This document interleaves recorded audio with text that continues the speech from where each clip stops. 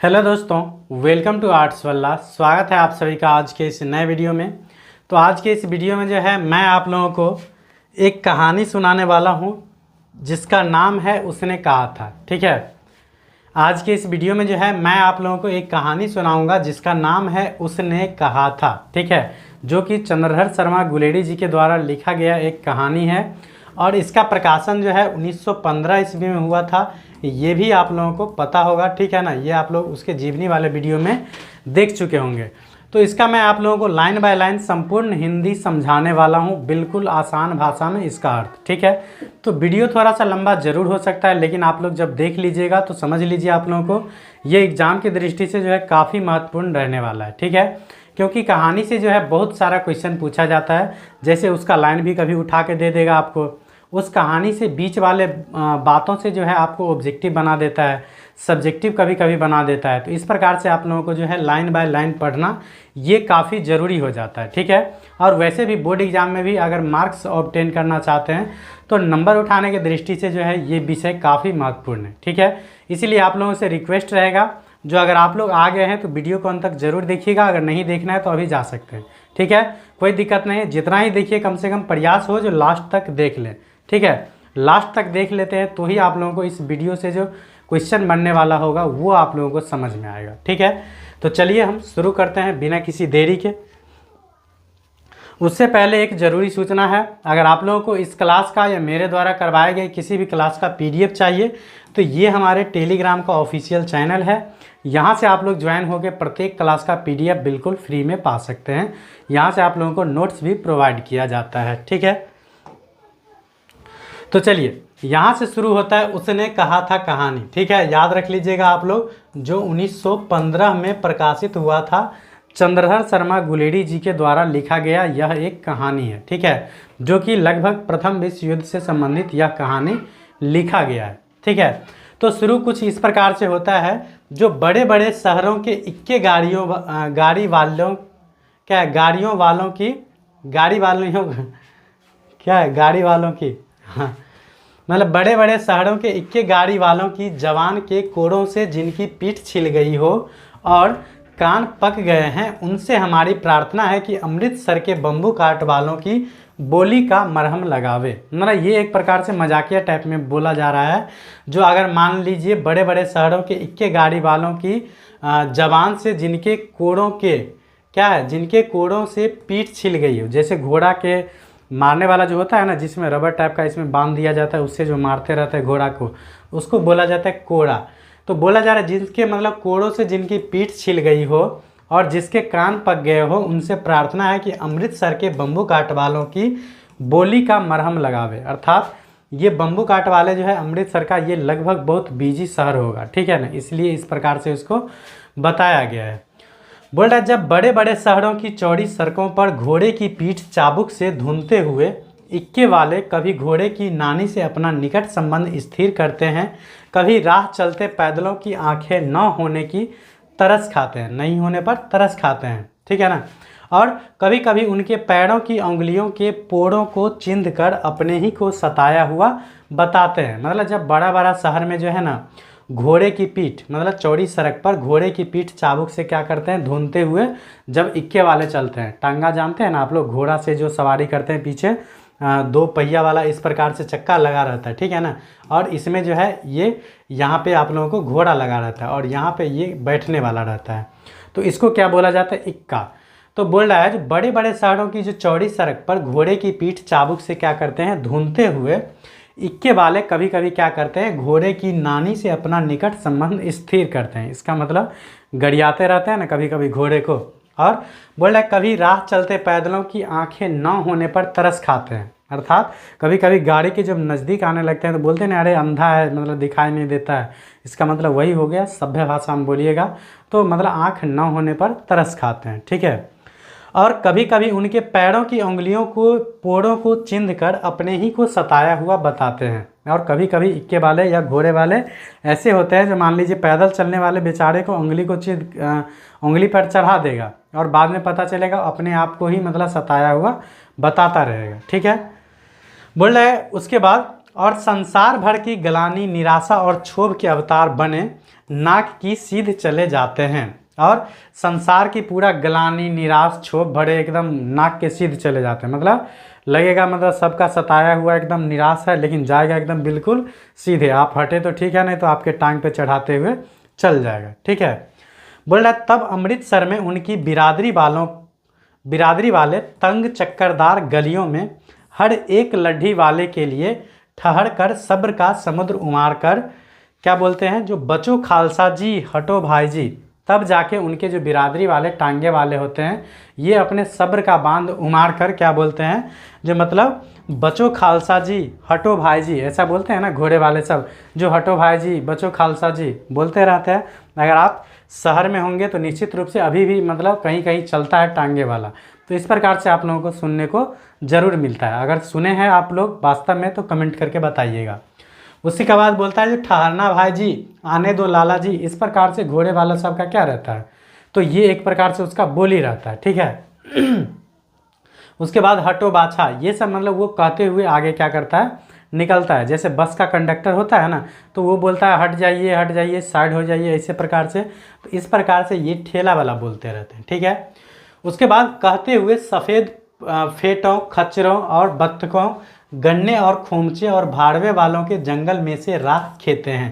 इस प्रकार से मतलब वो चिल्लाते हुए एक प्रकार से जाते हैं। ठीक है, उसके बाद है क्या मजाल है कि जी और साहब बिना सुने किसी को हटना पड़े, मतलब ये टांगे वाले को कहना है जो क्या मजाल है जो किसी को जी और साहब सुने बिना हटना पड़े, मतलब जब तक जी नहीं कहिए साहब नहीं कहिए तब तक कोई हटता नहीं है, ये उस टांगे वाले के कहने का मतलब है। ठीक है, बोल रहा है यह बात नहीं कि उनकी जीभ चलती नहीं, पर मीठी छुरी की तरह महीन मार करती हुई चलती है, मतलब ऐसा बात नहीं है जो उसको जीभ नहीं चलती है, वो मतलब वो सभ्य भाषा में ही आपको मतलब बहुत बात कह देते हैं। ठीक है ना, जैसे इससे पहले हुआ था ना जो आँख न होने पर मतलब तरस खाते हैं, इसका मतलब अगर ठेठ भाषा में बोलिएगा तो अरे अंधा है दिखाई नहीं देता है, ये हो गया। ठीक है ना, और सभ्य भाषा में बोलिएगा तो भाई साहब आँख नहीं है आपके पास, इस प्रकार से कुछ होता है। ठीक है, उसके बाद बोल रहा है यदि कोई बुढ़िया बार बार चेतावनी देने पर भी लीक से नहीं हटती तो उनकी वचनावली के ये नमूने होते हैं, मतलब अगर कोई बुढ़िया जो है बार बार मतलब चेतावनी देने के बाद अगर लीक से नहीं हटती है तब उस सब का भाषा क्या निकलता है, तो ये बोलता है जो हट जा जीने जोगिए, हट जा कर्मावलिए, हट जा पूता प्यारिए, बच जा लंबी वालिए। ठीक है ना, इसका अर्थ क्या होता है, तो इसका अर्थ है तू जीने योग्य है, तू भाग्यों वाली है, पुत्रों की प्यारी है, लंबी उम्र तेरे सामने है, तू क्यों मेरे पहिए के नीचे आना चाहती है, बच जा, मतलब ठीक है ना, बोलते हैं ना मतलब तू जीने योग्य है, मतलब तुम जीने योग्य है। ठीक है ना, तू मतलब कर्मावली है, तू क्या हट जा पोता प्यारी है, मतलब तुम पुत्रों की प्यारी है। ठीक है ना, लंबी उम्र तुम्हारे सामने है, तुम क्यों मेरे पहिए के नीचे आना चाहती है, बच जा। ठीक है ना, इस प्रकार से बोलते हैं एक टांगे वाला। ठीक है, उसके बाद बोला जा रहा है जो ऐसे ही बम्बू काट वालों के बीच में होकर एक लड़का और एक लड़की चौक की एक दुकान पर क्या करते हैं, आके मिलते हैं। मतलब ऐसे ही बम्बू काट वाले के शहर में जो है एक दुकान पर क्या होता है, तो एक लड़का और एक लड़की जो है आकर मिलते हैं। ठीक है, बोल रहा है उसके बालों और इसके ढीले सुथनों से जान पड़ता था कि दोनों सिख है, मतलब उसके बाल के तौर तरीके से पता चलता था जो दोनों क्या है, सिख है। ठीक है, बोल रहा है वह अपने मामा के केस धोने के लिए दही लेने आया था और यह रसोई के लिए बढ़िया, मतलब लड़का जो था वो अपने मामा के केस धोने के लिए क्या लेने के लिए आया था, दही लेने के लिए आया था। ठीक है, और लड़की जो थी वो अपने रसोई के लिए बढ़िया लेने के लिए आई थी दुकान पे। ठीक है, उसके बाद दुकानदार जो है एक परदेसी से गूंथ रहा था जो शेर भर गीले पापड़ों की गड्डी को गिने बिना हटता न था, मतलब दुकानदार जो है एक परदेसी से परेशान था जो बेचारा क्या किया था, एक गीला मतलब पापड़ का गड्डी ले लिया था और उसको गिने बिना मतलब काउंटर से हट नहीं रहा था। ठीक है ना, तो होता है ना पापड़ जब मतलब थोड़ा सा गीला रहता है उसको गिनने में मतलब क्या होता है, बहुत दिक्कत होता है। तो वही बोल रहा है जो दुकानदार जो था एक परदेसी से क्या हो रहा था, तो मतलब बहुत परेशान था, एक प्रकार से गुथ रहा था, क्योंकि वो परदेसी क्या कर रहा था, तो वो गीले एक पापड़ का गड्डी लिए हुए उसको बिना गिने मतलब हट नहीं रहा था। ठीक है, इसी बीच कुछ बात होता है जो तेरे घर कहाँ है, तो बोल रहा है मगर मैं तेरे, बोल रहा है माझे में यहाँ कहाँ रहती है। फिर अंतर सिंह की बैठक में बोलता है वे मेरे मामा होते हैं। मतलब इस प्रकार से कुछ उन सब का बात आपस में चलता रहता है। तो बोलता है जो मैं भी मामा के यहाँ आया हूँ, उनका घर गुरु बाजार में है। तो ये लड़का बोलता है जो मैं भी क्या किया हूँ, तो मामा के यहाँ आया हूँ, उसका घर जो है कहाँ पड़ता है, तो अमृतसर के गुरु बाजार में। ठीक है। उसके बाद बोल रहा है इतने में दुकानदार निपटा, इतने में मतलब दुकानदार जो है उस परदेसी से निपटा। उसके बाद मतलब इन दोनों का सौदा जो है देने लगा। सौदा लेकर दोनों साथ साथ क्या हुआ, चल पड़े। उसके बाद कुछ दूर जाकर लड़के ने मुस्कुराकर पूछा तेरी कुरमाई हो गई है। उसके बाद दोनों एक साथ निकले दुकान पर से, लड़का और लड़की। ठीक है। उसके बाद कुछ दूर जाने के बाद लड़का जो है लड़की से पूछता है जो क्या तेरी कुरमाई हो गई है। कुरमाई का मतलब होता है मंगनी। ठीक है ना, ये एक प्रकार से विवाह से पहले का एक रस्म होता है। ठीक है। तो वही पूछता है जो मतलब तेरी कुरमाई हो गई है। ठीक है ना, जैसे आप लोग अभी के टाइम में होता है ना, हालांकि दिल पे नहीं लीजिएगा, बोलते हैं ना आप सिंगल हैं। ठीक है। तो उसी प्रकार से उसका ये तरीका था जो तेरी कुरमाई हो गई है। ठीक है। तो वो उसका अलग तरीका था, जैसे आप लोगों का अभी तरीका है वो तरीका शायद नहीं था। ठीक है। बोल रहा इस पर लड़की कुछ आंखें चढ़ाकर धत कहकर दौड़ गई और लड़का मुंह देखता रह गया। इस पर लड़की जो है कुछ आंख चढ़ा के मतलब धत कह के क्या हुआ, भाग गई। उसके बाद लड़का जो है उसका मुंह देखता रह गया। ठीक है। फिर बोल रहा है जो दूसरे और तीसरे दिन सब्जी वाले के यहाँ फिर दूध वाले के यहाँ अकस्मात दोनों मिलते जाते हैं। फिर दूसरे और तीसरे दिन मतलब कभी सब्जी वाले के यहाँ कभी दूध वाले के यहाँ अचानक जो है दोनों क्या होते हैं, मिल जाते हैं। ठीक है। बोल रहा महीना भर यही हाल रहा, मतलब महीना भर जो है वो एक दूसरे से मिलता रहा। शायद इसी में जो है एक दूसरे को चाहने लगते हैं। अनुभव हो किसी को तो बताइएगा। ठीक है। बोल रहा 2-3 बार लड़के ने फिर पूछा तेरी कुरमाई हो गई है, और उत्तर में जो है वही क्या मिला, धत मिला। ठीक है ना, मतलब लड़का और लड़की दोनों जो आपस में जब भी मिले तो मतलब लड़का वही सवाल पूछता था जो तेरी कुरमाई हो गई है, और आंसर में उसको वही मिलता है धत का करके, मतलब वो लड़की भाग जाती है। फिर बोल रहा है एक दिन जब फिर लड़के ने वैसे ही हंसी में चिढ़ाने के लिए पूछा तो लड़की बोला लड़की जो है लड़के की संभावना के विरुद्ध बोली हाँ हो गई है। मतलब फिर लड़के जो है एक दिन और जानबूझ के उसको चिढ़ाने के लिए फिर से पूछा तो लड़की का जवाब जो है लड़का के उम्मीद के मतलब संभावना के विरुद्ध आया। मतलब लड़का सोच रहा था नहीं हुआ है, लेकिन उस दिन जो है अचानक जवाब आ गया जो हाँ हो गई है। ठीक है। उसके बाद बोला तो फिर लड़का बोला जो कब, तो फिर लड़की बोली जो कल, देखते नहीं यह रेशम के कढ़ा हुआ सालू, मतलब सालू एक प्रकार से दुपट्टा टाइप का ओढ़नी टाइप का रहता है, ओढ़ने वाला। ठीक है।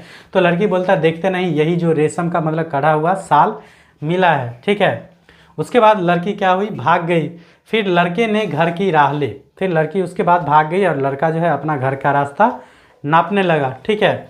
बोल रहा है रास्ते में एक लड़के को मोड़ी में ढकेल दिया। इस प्रकार से मतलब पगलापन हो जाता है ना, मतलब जब मतलब वो चाह रहा था बेचारा दिल से, फिर पता चला उसकी कुरमाई हो गई, मतलब इनका बेचारा का कट्टिस हो गया। ठीक है। तो उस सोग में जो है बेचारा जाते जाते रास्ते में क्या हुआ, किसी लड़के को मतलब एक मोड़ी में ढकेल दिया।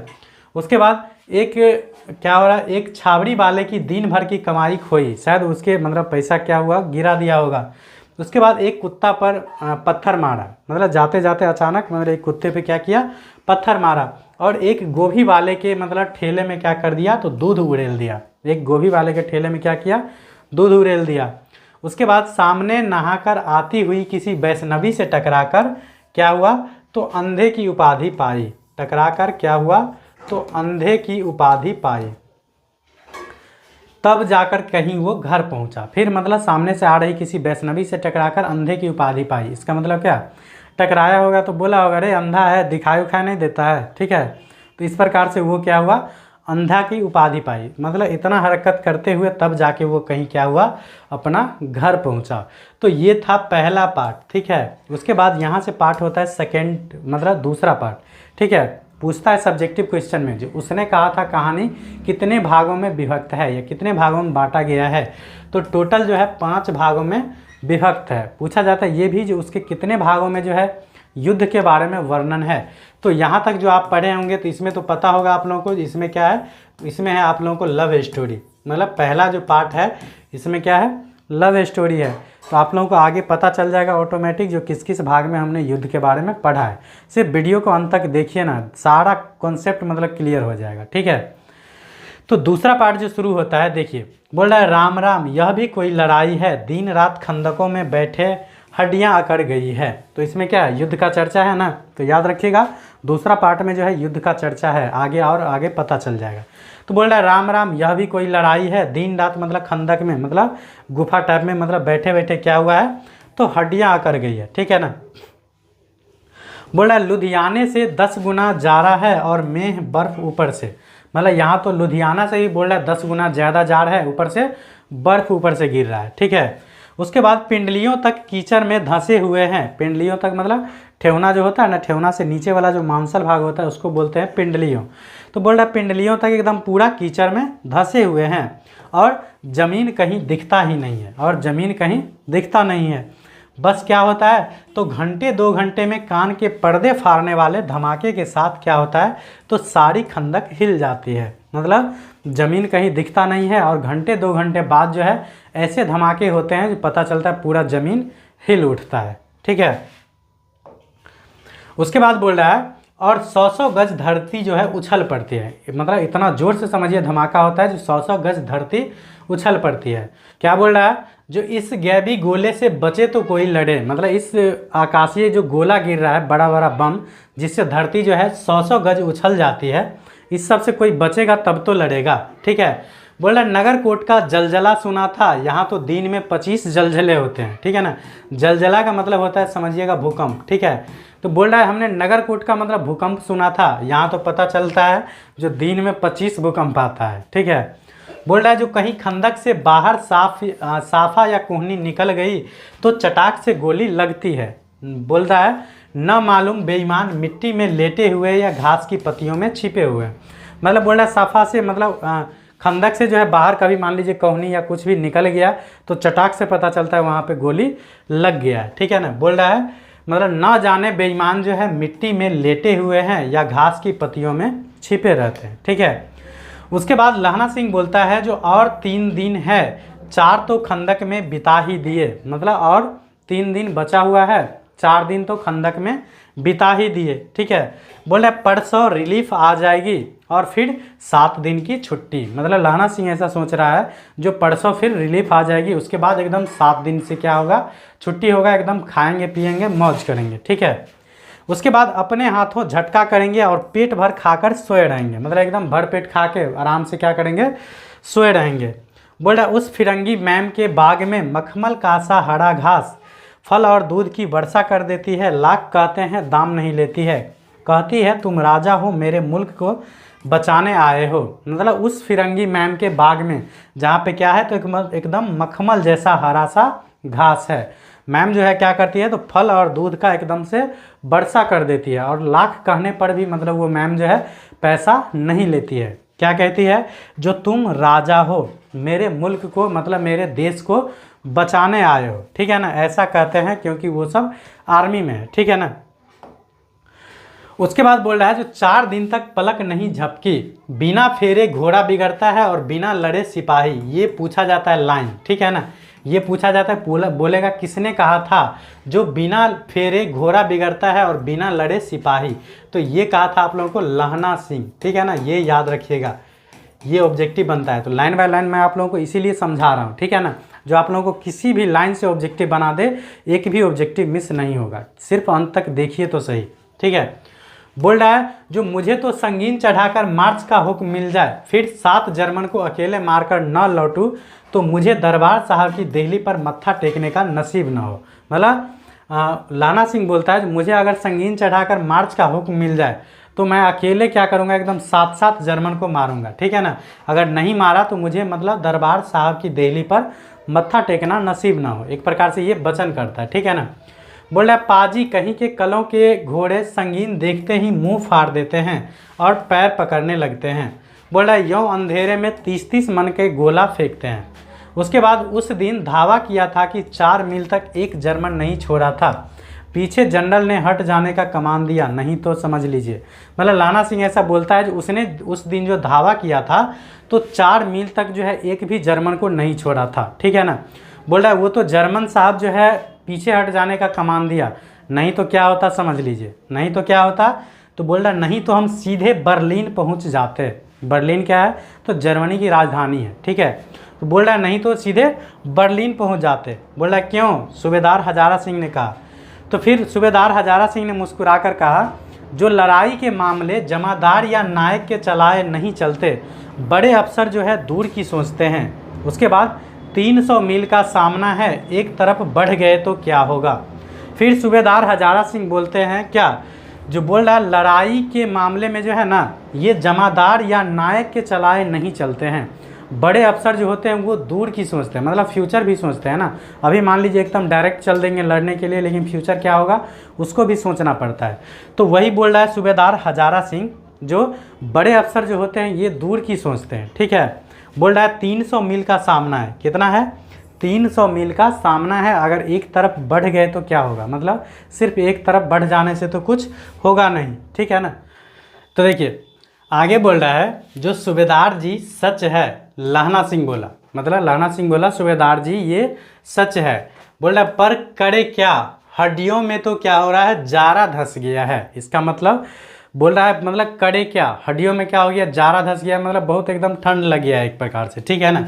बोल रहा है सूरज निकलता नहीं और खाई में दोनों तरफ से चंबे की बावलियों के से सोते झर रहे हैं, एक धावा हो जाए तो गर्मी आ जाएगी। मतलब बोल रहा है सूरज तो दिखाई दे रहा नहीं, ऊपर से यहाँ ठंडी है, ऊपर से बर्फ़ गिर रहा है, तो बोल रहा था एक धावा हो जाए तो क्या हो जाएगा, गर्मी आ जाएगा। बोलता है ना ठंडा में एक दो बार मतलब क्या हो जाएगा, एकदम हाथ चल जाएगा तो क्या होगा, थोड़ा सा गर्मी आ जाएगा शरीर में। तो वही बोल रहा है कौन, लहना सिंह, ठीक है।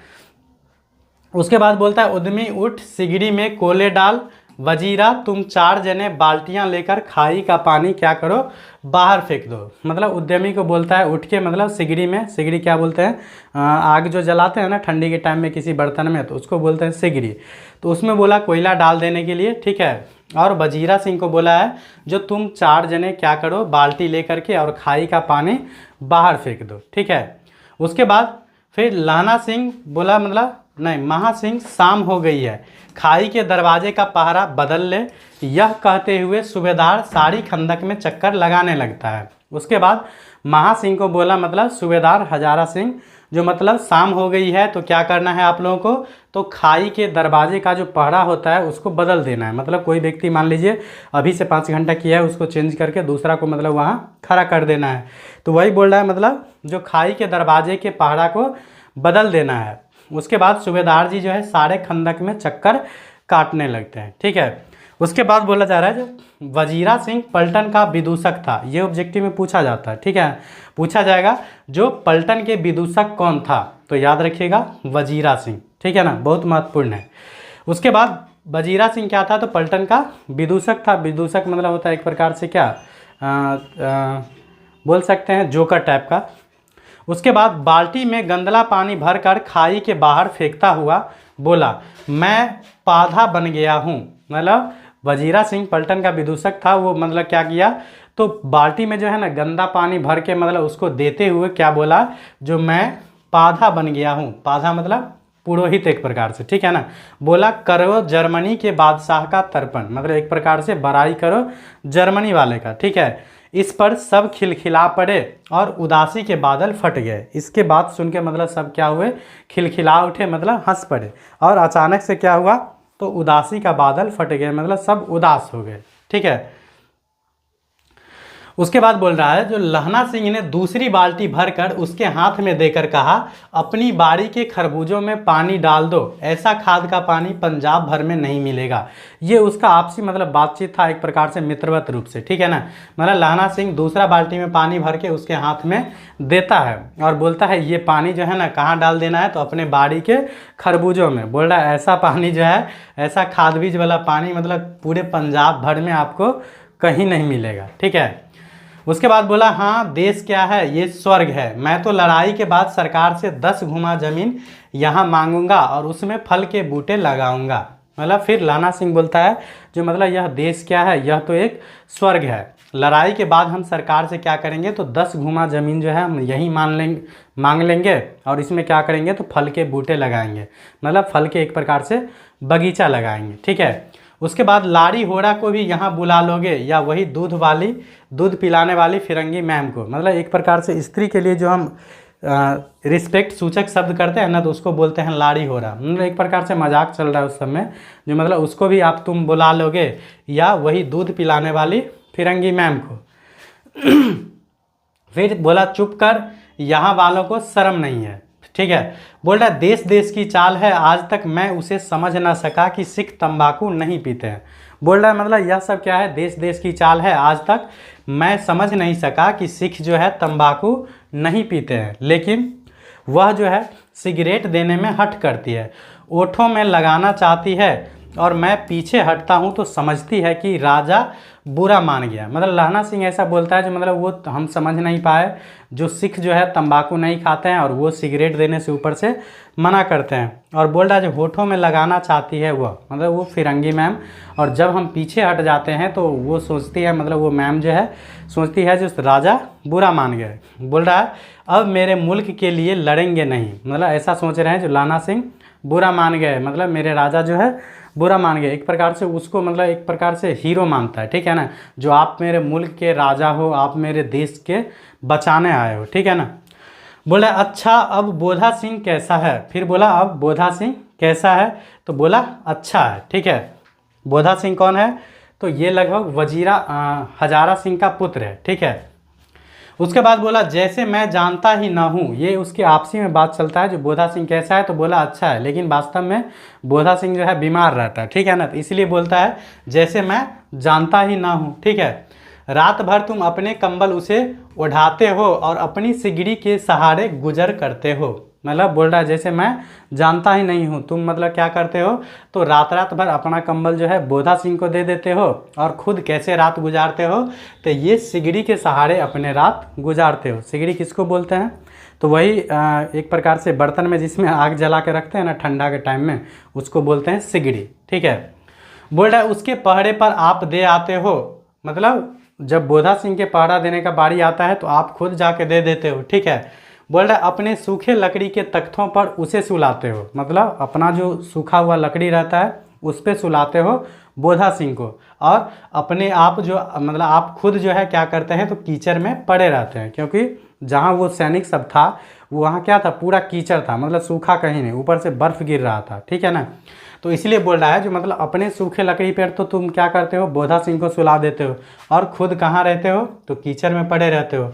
तो बोल रहा है कहीं तुम न मांदे पड़ जाना, मतलब सोच रहा है कहीं तुम ही को ठंडा न लग जाए। ठीक है, बोल रहा है जारा क्या है, मौत है, और न्यूमोनिया से मरने वालों को मुरब्बे नहीं मिलते। मतलब ऐसा नहीं है निमोनिया से मरने वालों को मुरब्बे, एक प्रकार से वहाँ का ज़मीन था, ठीक है, वो नहीं मिलता है। फिर लाना सिंह बोला मतलब मेरा डर मत करो, मैं तो बुलेल की खड के किनारे मरूंगा, भाई किरत सिंह की गोदी पर मेरा सिर होगा, और मेरे हाथ के लगाए हुए आंगन के आम के पेड़ की छाया होगा। बोल रहा है मेरा डर मत करो, मैं बुलेल की खड के किनारे मरूंगा, और भाई किरत सिंह की गोद में मेरा क्या होगा, सिर होगा, और मेरे हाथ के जो लगाए हुए आंगन में आम के पेड़ है उसकी छाया होगी, हम जब मरेंगे तब। ठीक है, उसके बाद नेक्स्ट बोल रहा है जो वजीरा सिंह ने त्योड़ी चढ़ाकर कहा क्या मरने मरने की बात लगाई है, मरे जर्मनी और तुर्क, हाँ भाइयों कैसे। मतलब वजीरा सिंह फिर त्योड़ी चढ़ा के बोला अरे तुम क्या मरने मरने लगा हो, मरे क्या, मरे तो जर्मन और तुर्क, मतलब जर्मनी वाले और तुर्की वाले, क्योंकि ये लोग इनके विरुद्ध गए थे युद्ध लड़ने के लिए। ठीक है ना, तो बोल रहा हाँ भाइयों कैसे। तो फिर बोला जो दिल्ली शहर में पिशोर नू जान दिए, कर लेना लौंगदा बाप मरिए, कर लेना नावदरा सौदे। ठीक है, ये लगभग एक गीत गाता है। ठीक है ना, बोल रहा ओए लाना चटाका कुदिए ना, उसके बाद क बनाया वे मज़ेदार गोड़िए, हुन लाना चटाका कदुए ना। तो फिर बोल रहा है मतलब ये उसका गीत था शायद। ठीक है ना, तो बोल रहा है कौन जानता था कि दढ़ियों वाले में क्या है, घरवाड़ी सिख ऐसे लुच्चों के गीत गाएंगे। मतलब ये इसका अर्थ तो मैं क्लियर नहीं जान पाता क्योंकि ये शायद पंजाबी भाषा में है। ठीक है, तो वही बोल रहा है आपस में उस सब का दोस्ती टाइप में मजाक चल रहा था, जो मतलब कौन जानता है जो दाढ़ियों वाले घरवाड़ी सिख भी मतलब ऐसे लुच्चे के गीत गाएंगे। ठीक है, लेकिन बोल रहा पर सारी खंदक इस मतलब गीत में गूंज उठे। मतलब था तो एक प्रकार से लुच्चे लफंगे वाला गीत, लेकिन आपसी दोस्ती यारी रहता था, तो उस टाइम में क्या हुआ, सब लेकिन खुश हो गया। और सिपाही फिर ताजे हो गए, मानो 4 दिन से सोते और मौज करते हैं। और मतलब उस गीत का इतना असर पड़ा, समझिए सब खुश हो गए और फिर से सिपाही सब जो है ताज़ा हो गया, और लग रहा था जैसे जो क्या मानो 4 दिन से एकदम सब सोए रहा है और आराम कर रहा है, ऐसे ताजगी उसको मिल गया है। कभी कभी होता है ना, मान लीजिए आप पढ़ रहे हैं, कितना भी मूड ऑफ हो गया, अगर आपका पसंदीदा गाना 2 सुन लीजिएगा तो क्या होगा, एकदम पूरा मिजाज एकदम टनाटन हो जाएगा, ठीक है ना, फिर से आप एकदम मूल रूप से लग सकते हैं। तो कोई बात नहीं, होता है ऐसा ऐसा।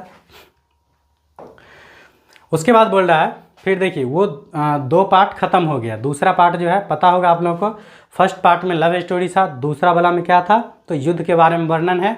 और यहाँ से शुरू हो चुका है तीसरा पार्ट। तीसरा पार्ट में भी देख सकते हैं आप लोग, इसमें भी युद्ध के बारे में ही वर्णन है। बोल रहा है, जो दोपहर रात गई, ओढ़ा है सन्नाटा छाया हुआ है, बोधा सिंह खाली बिस्किटों के 3 टीनों पर अपने दोनों कंबल बिछाकर, और लहना सिंह के 2 कंबल और एक बरान कोट ओढ़कर सो रहा है। बोल रहा है दोपहर गई, रात हो गया, पूरा सन्नाटा छाया हुआ है। बोधा सिंह क्या कर रहा है, तो 3 जो बिस्किट के टीना होता है ना, 3 गो, उसको जोड़ करके मतलब अपना दोनों कंबल उस पर बिछा करके, और लहना सिंह के जो 2 कंबल थे वो और एक बरान कोट, इसको ओढ़ करके बोधा सिंह क्या हुआ है, तो सो रहा है, ठीक है। और लहना सिंह पहड़े पर खड़ा हुआ है, एक आंख खाई के मुंह पर है और एक आंख बोधा सिंह के दुबले शरीर पर, ठीक है। उसके बाद लहना सिंह क्या कर रहा है, तो पहरा दे रहा है, एक आंख बेचारे को खाई के तरफ है, तो एक आंख बोधा सिंह के तरफ है, दुबला बोधा सिंह पर, ठीक है ना। फिर बोधा सिंह कराहा, तो बोल रहा है क्यों बोधा भाई क्या है, तो फिर मतलब बोधा सिंह जब कराहा ना, तो फिर लहना सिंह पूछता है क्या बोधा भाई क्या हुआ, तो बोल रहा है फिर कौन बोला, तो ये कौन था बोधा सिंह। तो बोधा सिंह बोला मतलब पानी पिला दो, ठीक है। फिर लहना सिंह ने कटोरे उसके मुंह से लगाकर पूछा, कहो कैसे हो, पानी पीकर बोधा बोला। फिर लहना सिंह कटोरा उसके मुंह में लगा दिया, फिर बोला मतलब कहो कैसे हो। तो फिर पानी पीकर जो है बोधा सिंह क्या बोला, जो कपकपी छूट रही है, रोम रोम में तार दौड़ रहा है और दांत बज रहे हैं, शायद ठंड लग रहा होगा, ठीक है ना। बचपन में हम लोग भी जब मतलब बारिश में नहाते थे ना, तो नहाने से पहले तो एकदम खूब गर्मी देता था, ठीक है ना, और जब आधा घंटा 1 घंटा नहा लीजिए तब जाके एकदम पता चलता ठंडा लग रहा है, और उस टाइम में दांत कटकटाने लगता, कैसे ऐसे ऐसे करके, मतलब ठंडा के कारण क्या होता है, दांत कटकटाने लगता है। तो वही बोधा सिंह बोल रहा है, मतलब क्या है, तो कपकपी तो छूट रहा है, लेकिन रोम रोम में लग रहा है एकदम तार दौड़ रहा है, और दांत जो है बज रहे हैं, इसका मतलब दांत उसका कटकटा रहा होगा, ठीक है। उसके बाद अच्छा मेरी जर्सी पहन लो, ये कौन बोलता है, तो ये बोलता है लहना सिंह। लहना सिंह क्या बोलता है, अच्छा मेरी जर्सी तुम क्या कर लो, पहन लो। तो फिर बोधा सिंह बोलता है और तुम, तो बोल रहा है मेरे पास सिगरी है और मुझे गर्मी लगती है, पसीना आ रहा है। तो वैसे ही झूठे को बोल दिया, मतलब जो मेरे पास क्या है, सिगरी है, मुझे गर्मी लगती है, पसीना आ रहा है। होता है ना, मान लीजिए कोई जिम्मेदार व्यक्ति है, उसके सामने कोई अगर बच्चा है, तो झूठे को क्या बोलता है, अरे हमको तो गर्मी लग रहा है, ये भी तुम पहन लो, ठीक है ना। ऐसा उसको बचाने के लिए करता है। तो बोधा सिंह दुबला पतला बेचारा थोड़ा सा बीमार चल रहा था, इसीलिए लहना सिंह जो है उसको क्या करता है, तो बोलता है मेरे पास सिगड़ी है और मुझे गर्मी लगती है, पसीना आ रहा है।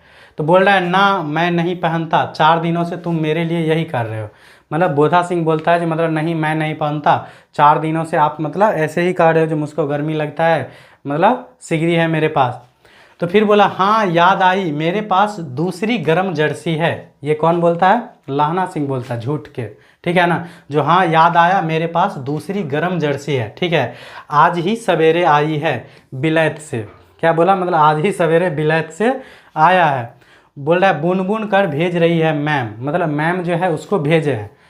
फिर गुरु उनका भला करे, यो कहकर लहना अपना कोट उतारकर जर्सी उतारने लगा। मतलब ऐसा बात बना के झूठे का जो मतलब मैम भेज रही है, भगवान उनका भला करे, ऐसा कहते हुए जो है लहना सिंह अपना कोट उतार के क्या करता है, मतलब जर्सी उतार के उसको देने लगता है। जर्सी किसको बोलते हैं, लगभग वर्दी जो रहता है वो उसी को, ठीक है।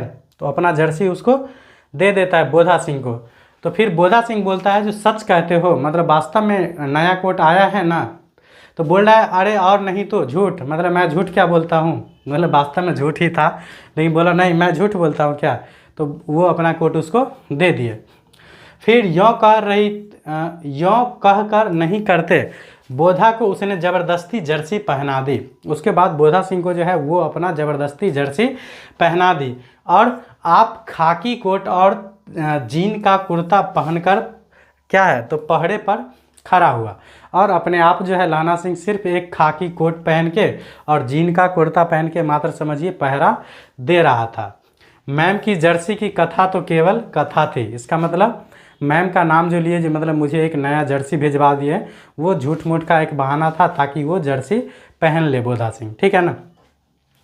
उसके बाद बोला जो आधा घंटा बीता, इतने में खाई के मुंह से आवाज़ आई, सूबेदार हजारा सिंह। फिर मतलब आधा घंटा बीता, उसके बाद खाई के मुंह से आवाज़ आता है जो सूबेदार हजारा सिंह मतलब आवाज़ देता है, ठीक है। तो फिर बोला कौन, लपटन साहब। तो बोला फिर हुक्म हुजूर। तो मतलब लाना सिंह बोला कौन, लपटन साहब। तो फिर लाना सिंह बोला जो हुक्म हुजूर, मतलब हुक्म दीजिए। तो फिर बोला जो कह कर सूबेदार तनकर फौजी सलाम करके सामने हुआ। फिर मतलब ऐसे जो सलाम करके होता है ना, तो लहना सिंह ऐसे सलाम करके फिर मतलब वो लपटन साहब के सामने क्या हो गया, खड़ा हो गया। उसके बाद बोल रहा है देखो इसी समय धावा करने का होगा, मतलब ये लपटन साहब बोल रहे थे। हालांकि वो लपटन साहब जो है ओरिजिनल लपटन साहब नहीं थे, वो जर्मनी के मतलब एक दूत था, समझिए एक प्रकार से गुप्तचर टाइप से, जो मतलब उस लपटन साहब का मतलब जर्सी पहन के आ गया था धोखा देने के लिए, ठीक है। तो बोल रहा है मतलब वो जो नकली लपटन साहब था मतलब घुसपैठिया, वो बोला देखो इसी समय धावा करना होगा। बोल रहा है जो मील भर की दूरी पर पूरब के कोने में एक जर्मन खाई है। बोल रहा है मील भर मतलब करीब 1 मील की दूरी पर जो है ना पूरब के कोने में एक क्या है, जर्मन खाई है। बोल रहा है उसमें 50 से ज़्यादा जर्मन नहीं है। बोल रहा है उसमें 50 से ज़्यादा जर्मन मतलब जर्मनी के सैनिक नहीं है। बोल रहा है इन पेड़ों के नीचे नीचे 2 खेत काट कर रास्ता है, और इस पेड़ के नीचे नीचे 2 खेत बगल करके रास्ता है, ठीक है ना। और बोल रहा है जो 3-4 घुमाव है, और 3-4 जो है उसमें क्या है, घुमाव है। बोल रहा है जहाँ मोड़ है वहाँ 15 जवान खड़े कर आया हूँ। और वो जो लपटन साहब थे मतलब झूठे लपटन साहब, वो क्या बोले, जो जहाँ मोड़ है ना वहाँ पे मैंने 15 सैनिक या 15 जवान खड़े करके आया हूँ। तुम यहाँ से 10 आदमी छोड़कर सबको साथ ले चल, उनसे जा मिल। मतलब लाना सिंह को ऐसा बोलता है जो तुम सिर्फ 10 आदमी खंदक में छोड़ दो और बाकी करके लेके कहाँ चले जाओ, तो आगे उनसे जा मिलो। फिर खंदक छीनकर वहीं जब तक दूसरा हुक्म न मिले डटे रहो, हम यहाँ रहेगा। मतलब वो जो नकली लपटन साहब थे वो बोले मतलब खंदक छीनकर वहीं रहो, जब तक दूसरा कोई हुक्म ना मिले तब तक वहीं पे डटे रहना। ऐसा लाना सिंह को बोलते हैं नकली जो कौन थे, लपटन साहब वो। तो फिर लाना सिंह बोला जो हुक्म। फिर कौन बोला, लाना सिंह बोला अच्छा जो हुक्म साहब, ठीक है। लाना सिंह बोला जो हुक्म, ठीक है। तो फिर चुपचाप सब तैयार हो गए, सब मतलब जाने के लिए एकदम रेडी हो गए। बोधा भी कंबल उतार कर चलने लगा, तब लहना सिंह ने उसे रोका। बोधा भी मतलब अपना कंबल तंबल उतारा और एकदम साथ चलने लगा। फिर जाके लहना सिंह ने है उसको क्या किया, रोक दिया। लहना सिंह आगे हुआ तो बोधा के बापू सूबेदार हजारा सिंह जो है उंगली से बोधा की ओर इशारा किया। लहना सिंह जब आगे हुआ तो उसके मतलब बोधा सिंह के जो बापू जी थे सूबेदार हजारा सिंह, वो मतलब लहना सिंह को कहना चाहते थे जो शायद उसको कहाँ ले जाओगे, उसको भी ले जाओगे, मतलब ऐसा इशारा किया, ठीक है। फिर लहना सिंह समझकर चुप हो गया। पीछे 10 आदमी कौन रहे, मतलब इस पर बड़ी हुज्जत हुई। मतलब पीछे जो है खंदक में 10 आदमी कौन रहे, इस पर बहुत हुज्जत हुआ। मतलब कोई रहना नहीं चाहता था, ठीक है ना। क्या बोल रहा है, जो कोई जो है रहना नहीं चाहता था। समझा बुझाकर सूबेदार ने मार्च किया, मतलब समझा बुझाकर तब सूबेदार मतलब अपना मार्च किया। लपटन साहब लहना की सिगड़ी के पास मुंह फेर कर खड़े हो गए और जेब से सिगरेट निकालकर सुलगाने लगे। लहना सिंह जो है, लहना सिंह नहीं मतलब लपटन साहब जो है लहना सिंह की सिगड़ी से मुंह फेर के मतलब उसके मुंह बगल से करके क्या हुआ तो खड़े हो गए और अपने जेब से सिगरेट निकालकर मतलब क्या करें, सुलगाने लगे, एक प्रकार से मतलब पीने लगे। फिर 10 मिनट बाद उन्होंने लहना सिंह की ओर हाथ बढ़ाकर कहा, लो तुम भी पियो। फिर 10 मिनट बाद जो है क्या करता है, तो मतलब वो लपटन साहब जो थे, नकली लपटन साहब, वो मतलब लाना सिंह को देता है जो लो तुम भी पियो। ठीक है। तो फिर आंख मारते मारते लहना सिंह सब समझ गया, फिर मुंह का भाव छिपाकर बोला लाओ साहब। मतलब आंख मारते मारते सब कुछ समझ गया जो ये वास्तव में नकली लपटन साहब है, ये मेरा ओरिजिनल लपटन साहब नहीं है। फिर भी हाथ बढ़ाकर बोला जो लाओ साहब। ठीक है। हाथ आगे करते ही उसने सिगड़ी के उजाले में साहब का मुंह देखा। मतलब हाथ जो आगे बढ़ाया ना वो लेने के लिए, तो सिगड़ी के उजाले में उसका मुंह दिख गया लपटन साहब का। पता चल गया जो वास्तव में ये लपटन साहब है कौन। ठीक है। तो फिर बाल देखे तब उसका माथा ठनका। जब बाल देखे तब जाके उसका माथा ठनका, ओ ये तो गड़बड़ लग रहा है, ये तो दाल में काला नहीं, पता चल रहा है पूरा दाले काला है। ठीक है। तो फिर लपटन साहब के पट्टियों वाले बाल एक दिन में ही कहाँ उड़ गए। मतलब उसके जो लपटन साहब थे उसके पट्टी वाले बाल थे, तो ये सोच रहा है भाई बच्चा का बाल कैसे उड़ गया, मतलब पट्टी वाला जो बाल था। ठीक है। और उनकी जगह कैदियों से कटे बाल कहाँ से आ गए। मतलब उसका एकदम बड़ा बड़ा बाल था, तो वो सोचा कैदियों से टाइप का मतलब कटा हुआ बाल कैसे आ गया। तब समझ गया जो शायद साहब शराब पिए हुए हैं और उन्हें बाल कटवाने का मौका मिल गया है। मतलब तब भी ये अपना कन्फर्म नहीं हुआ जब वास्तव में ये नकली लपटन साहब है। ठीक है। तो ये सोच रहे हैं शायद ये शराब पिए हुए हैं और इनको बाल कटवाने का शायद मौका मिल गया होगा, इसलिए बाल कटवा लिए हैं। फिर लहना सिंह ने जांचना चाहा, लपटन साहब 5 वर्ष से उसकी रेजिमेंट में था। फिर लहना सिंह जो है उसको जांचना चाहा जो वास्तव में ये मेरा लपटन साहब है या नहीं। तो वो जो लपटन साहब थे वो लहना सिंह के साथ उस रेजिमेंट में जो है लगभग 5 वर्ष से वो रह रहे थे, तो पुराना कोई बात याद दिला के उसको जांच करेगा जो वास्तव में यही लपटन साहब है कि नहीं। ठीक है। तो देखिए उसके बाद वो जांचने के लिए क्या बोला जो क्यों साहब हम लोग हिंदुस्तान कब जाएंगे। ये लहना सिंह बोलता है उसको जांचने के लिए साहब हम लोग हिंदुस्तान कब जाएंगे। तो फिर वो नकली जो था कौन, लपटन साहब, बोला लड़ाई खत्म होने पर, लड़ाई खत्म होने पर हम लोग हिंदुस्तान चले जाएंगे। फिर बोला क्यों, क्या यह देश पसंद नहीं। मतलब वो लपटन साहब ही बोले लहना सिंह से जी क्यों यह देश तुम्हें क्या पसंद नहीं है।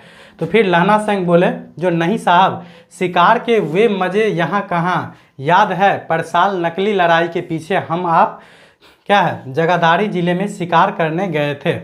बोल रहा है क्या आपको याद है जो परसाल नकली लड़ाई में जो है, मतलब पिछले साल हम लोग नकली लड़ाई में कहाँ गए थे, तो जगादारी ज़िले में जो है शिकार करने गए थे। शिकार करने गए थे तो वहाँ क्या हुआ था, तो वहाँ बोल रहा है, तो फिर बोला मतलब वो जो नकली जमादार था या लपटन साहब बोला हाँ हाँ वहीं जब आप, नहीं ये पलटन साहब सॉरी क्या बोल रहे हैं, लहना सिंह ही बोल रहे हैं जो हाँ हाँ वहीं आप खोते पर सवार थे और आपका खानसाना अब्दुल्ला के रास्ते एक मंदिर में जल चढ़ाने को रह गया था। बेशक पाजी कहीं के सामने से वह नील गाय निकली कि ऐसी बड़ी मैंने कभी न देखी थी और आपकी एक गोली के में लगी और पढ़े में निकली। मतलब ऐसा बोल रहा था जो आप एक मंदिर में मतलब जल चढ़ाने के लिए लगभग शायद जा रहे थे, वहीं से एक बड़ा जो है क्या निकला, तो वहीं से एक बड़ा नील गाय निकला और आप शायद एक ही गोली मुँह से मार दिए थे। तो बोल रहा है ऐसे अफसर के साथ शिकार खेलने में मज़ा ही अलग है। फिर बोला क्यों साहब, तो बोल रहा है शिमला से तैयार होकर उस नील गाय का सिर आ गया था ना, आपने कहा था कि रेजिमेंट के मैस में लगाएंगे। मतलब शिमला से उसका सिर तैयार होकर के आया था और क्या बोला था जो इसको हम रेजिमेंट में लगाएंगे मतलब देखने के लिए। बोल रहा है हाँ पर मैंने वह विलायत भेज दिया। मतलब वो जो था लपटन साहब क्या बोलते हैं उसको, फेक लपटन साहब, वो क्या बोला हाँ लेकिन मैंने उसे विलायत भेज दिया। तो ऐसे बड़े बड़े सिंह 2-2 फुट के तो होंगे। मतलब ऐसा लपटन साहब बोलते हैं जो ऐसे बड़े बड़े सिंह लगभग 2-2 फुट के होंगे। ठीक है। तो फिर बोलता हाँ लहना सिंह 2 फुट 4 इंच के थे। फिर लहना सिंह बोला हाँ 2 फुट 4 इंच के थे। तो फिर बोला तुमने सिगरेट नहीं पिया। वो जो मतलब लपटन साहब थे वही बोले जो तुमने सिगरेट नहीं पिया। तो फिर बोला लहना सिंह जो पीता हूँ साहब, दिया सलाई ले आता हूँ। ये लहना सिंह ही बोलता है। फिर कहकर लहना सिंह खंदक में घुसा। अब उसे संदेह नहीं रहा था, मतलब संदेह नहीं रहा था, उसने झटपट निश्चय कर लिया कि क्या करना है। मतलब अब उसे कोई डाउट नहीं रहा कि वास्तव में ये नकली लपटन साहब ही है। ठीक है ना, ये कन्फर्म हो गया था लहना सिंह जो वास्तव में ये क्या है एकदम नकली लपटन साहब ही है।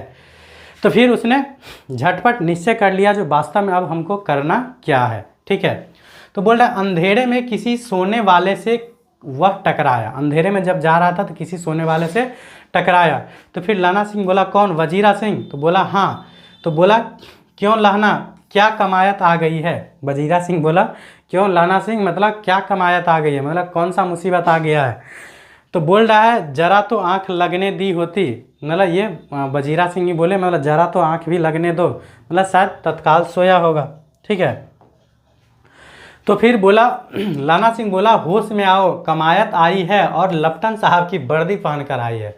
मतलब मुसीबत आई है, भारी मुसीबत, लेकिन वो जो है लपटन साहब की वर्दी पहन के आया है। फिर वजीरा सिंह बोला क्या? तो फिर लपटन साहब या तो मारे गए या कैद हो गए। मतलब लाना सिंह बोलता है जो लपटन साहब या तो क्या हुआ है, मारे गए हैं, या वो कैद हो गए, क्योंकि उसका जर्सी पहन के वो लपटन साहब, नकली लपटन साहब आ गए हैं। तो क्या हुआ होगा, तो जो लपटन साहब थे वो तो वास्तव में या तो मारा गया होगा या तो उसको कैद करके उसका जर्सी पहन के इसको धोखा देने के लिए आ गया था। ठीक है ना, लाना सिंह सबको बोला उनकी वर्दी पहनकर यह कोई जर्मन आया है। मतलब लाना सिंह बोलता है जो लपटन साहब का जो है जर्सी पहन करके कोई क्या आया है, तो कोई जर्मन आया है, मतलब जर्मनी का कोई सैनिक आया है। तो फिर सूबेदार ने इसका मुंह नहीं देखा। फिर बोला मैंने देखा और बातें की है। सोहरा साफ उर्दू बोलता है पर किताबी उर्दू, और मुझे पीने को सिगरेट दिया है। मतलब बोल रहा है एकदम साफ उर्दू बोलता है लेकिन किताबी उर्दू बोलता है, और मुझे भी सिगरेट पीने को दिया है। शायद लपटन साहब अपने सैनिक को कभी सिगरेट पिलाएगा क्या, तो ऐसा संभव नहीं है। इसलिए ये सब हरकत देख के उसको डाउट हो गया जो वास्तव में ये गड़बड़ है। ठीक है, तो बोला तो अब, मतलब वजीरा सिंह बोला तो अब मतलब क्या करे। ठीक है, तो बोला अब मारे गए धोखा है। सूबेदार होड़ा कीचड़ में चक्कर काटते फिरेंगे और यहाँ खाई पर धावा होगा। उठो एक काम करो, मतलब लाना सिंह बोल रहा है अब तो मारे गए, क्या होगा, तो सूबेदार होड़ा जो है कीचड़ में चक्कर काटते फिरेंगे और यहाँ खाई पर धावा हो जाएगा। मतलब वो जो बोला था 10 सैनिक को यहाँ छोड़ दो और बाकी जाओ आगे, इसका मतलब क्या, जब खंदक में 10 ही सैनिक बचेंगे तो तब तक वो जर्मनी वाला क्या करेगा, आक्रमण कर देगा, तो यहाँ चौपट हो जाएगा सब। तो इसीलिए बोल रहा है जो मतलब क्या, एक काम करो, पलटन के पैरों के निशान देखते देखते दौड़ जाओ और अभी बहुत दूर न गए होंगे। और फिर क्या बोला, जो पलटन साहब जो गए हैं ना, वो उसके पैर का निशान देखते हुए पीछे पीछे दौड़े जाओ, अभी ज़्यादा दूर नहीं गए होंगे, शायद उसको बुला के ले आओ। ठीक है, बोला मतलब सूबेदार से कहो एकदम लौट आए, मतलब सूबेदार को कहो जो एकदम तुरंत क्या करना है, लौट आना है। बोला ठीक है। बोला खंदक की बात झूठ है, मतलब बता देना जो खंदक की बात क्या है, झूठ है। जो लपटन साहब आपको आदेश दिए हैं वो लपटन साहब ही क्या है, धोखेबाज है। फिर चले जाओ, खंदक के पीछे से निकल जाओ, पत्ता तक ना खड़के, देर मत करो। बोला मतलब खंदक के पीछे से निकल जाओ, एक पत्ता भी नहीं हिलना चाहिए और देर मत करो। ठीक है, हुक्म तो यह है कि यहीं पे मतलब क्या करे, इसको ऐसी की तैसी कर दे। लेकिन बोला ऐसी की तैसी हुक्म की, मेरा हुक्म कहो, मतलब वो बोला हुक्म ऐसी है, मतलब वो लपटन साहब के हुक्म की बात कर रहे होंगे। तो बोला हुक्म की ऐसी की तैसी, तुम अभी जाओ फ़ौरन। ठीक है, फिर बोला जमादार लहना सिंह जो इस वक्त यहाँ सबसे बड़ा अफसर है, उसका हुक्म है, मैं लपटन साहब की खबर लेता हूँ। लाना सिंह बोला उसको क्या, जो ये यहाँ पर जो जमादार लहना सिंह जो सबसे बड़ा अफसर है यहाँ पे, उसका तुमको हुक्म है, फ़ौरन जाओ और उसको बुला के लाओ। ठीक है ना, तब तक मैं लपटन साहब की क्या करता हूँ, खबर लेता हूँ, उसकी खातिरदारी थोड़ी सी करता हूँ। ठीक है, बोला पर यहाँ तो तुम 8 है। बोला पर तुम यहाँ तो क्या है, 8 आदमी हो। तो बोल रहा 8 नहीं 10 लाख, एक एक अकालियत सिख 1.25 लाख के क्या है, बराबर होता है, चले जाओ। बोल रहा यहाँ हम 8 नहीं है बल्कि कितना है, 10 लाख है। बोल रहा एक एक अकालिया सिख जो है ना, ये 1.25 लाख के क्या है, बराबर है। ये भी ऑब्जेक्टिव में पूछता है। ठीक है ना, बोलेगा एक एक अकालिया सिख कितने जर्मन के बराबर है, तो याद रखिएगा 1.25 लाख। ठीक है, ये ऑब्जेक्टिव में पूछ लिया जाता है। ठीक है, उसके बाद देखिए फिर बोल रहा है जो लौट कर खाई के मुहाने पर लहना सिंह दीवार से चिपक गया। उसके बाद लौटकर जो है खाई के मुहाने से, खाई के चिपका हुआ क्या किया, तो लहना सिंह दीवार से चिपक गया। उसने देखा कि लपटन साहब ने जेब से बेल के बराबर 3 गोले निकाले। उसके बाद मतलब दीवार से चिपक कर वह देख रहा था, क्योंकि लेफ्टिनेंट साहब जो है 10 आदमी को छोड़ के बाकी को बोला था मतलब तुम लोग चले जाओ, बाकी जर्मन सैनिक है वहाँ से उसको भीरे रहना, जब तक हम आदेश दूसरा नहीं देंगे तब तक तुम लोग वहाँ पे डटे रहना, ठीक है। तो लहना सिंह तो थोड़ा तेज निकला, वो क्या किया तो दीवार से चिपक के आराम से देख रहा है। तो उसने क्या किया तो बेल के बराबर, बेल जानते हैं ना आप लोग, कमेंट कीजिएगा, ठीक है। तो बेल के बराबर 3 गोले निकाले और तीनों को जगह जगह खंदक की दीवारों में क्या किया तो घुसेड़ दिया, और तीनों में एक तार सा बांधा था। तार के आगे सूत की एक गुत्थी थी जिसे सिगरी के पास रखा, मतलब शायद वो बम था। तीनों मतलब क्या था, बेल के बराबर तीनों बम था, तीनों को खंदक में क्या किया रख दिया, और उसमें एक टेमी टाइप का होता है ना बम ब्लास्ट करने वाला, तो बोल रहा एक सूत की गुत्थी था, मतलब उसको ला करके कहाँ रख दिया सिगरी के पास, और बाहर की तरफ जाकर एक दिया सलाई जलाकर गुत्थी पर रखने लगा, मतलब और बाहर जाकर एक दिया सलाई जला के उस सिगड़ी पे रखने वाला था ताकि बम ब्लास्ट हो जाए, बाकी मतलब सैनिक सब तबाह हो जाए। फिर बिजली की तरह दोनों हाथों से उल्टी बंदूक को उठाकर लहना सिंह ने साहब की कुहनी पर क्या है तान कर मारा। उसके बाद लहना सिंह क्या किया, बंदूक उठाया और एकदम से दे मारा एकदम बढ़िया से कोहनी पर, ठीक है। और धमाके के साथ साहब के हाथ से दिया सलाई गिर पड़ी। उसके बाद धमाके के साथ साहब के हाथ से दिया सलाई गिर गया।